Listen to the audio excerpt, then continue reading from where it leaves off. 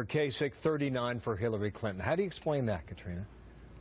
Well, I explain that very simply because what we have seen is millions of new voters, which are not translating into the polls, which is another reason why Mr. Trump has been doing well. We have seen this narrative that as candidates drop out, Mr. Trump will lose support. And there's this fake ceiling that everyone talks about. And in fact, Mr. Trump continues to rise in primaries like we've seen just in Florida and now in Arizona. I mean, Governor Kasich's won one place. I mean, why would voters be drawn to him and not Trump? I mean, those polls are pretty clear.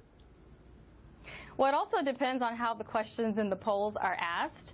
And the other hurdle we're going to have is the media. Mr. Trump has shown that we are not going to continue to allow the media to drive the narrative. We are not going to continue to allow the media to protect liberals or moderates, in this case, John Kasich and Hillary Clinton.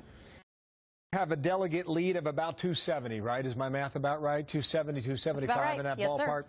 You've got Wisconsin in 2 weeks. You've got New York in 4 weeks from now.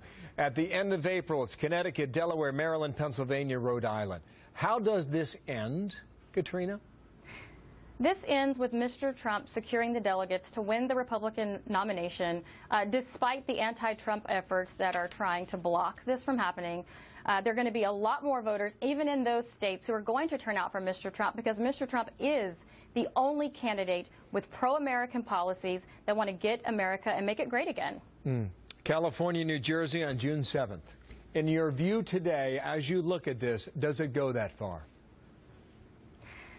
It may, but I think Mr. Trump's going to do really well moving forward. I mean, here's the thing. We have seen just yesterday exactly why America needs a Donald Trump, someone who is unafraid to fight evil for what it is and who is unapologetic about doing so. You had on the program earlier today on Fox News where we know where there are hot spots of terror activity inside the United States. Donald Trump is the only candidate unafraid to combat that head on. Give me a place. Where's that happening? Oh, well, they just talked about here in Texas. I'm in Texas right now, and there's a hotbed in Texas. The Clarion Project has a map of all of these locations, and we need to really consider looking at those. Okay, Katrina, I'm out of time, but thank you for yours. Katrina Pearson with the Trump team there. Great to be here. You